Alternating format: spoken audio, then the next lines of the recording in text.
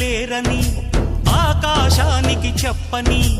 ఈ రక్తాక్షర లేఖని ఇప్పుడే పంపని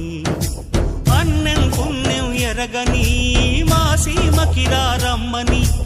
ఆహ్వానం అందించని మెరిసే చూపుని తొలగింది ముప్పు అని నీలి మప్పు మనసారా నవ్వని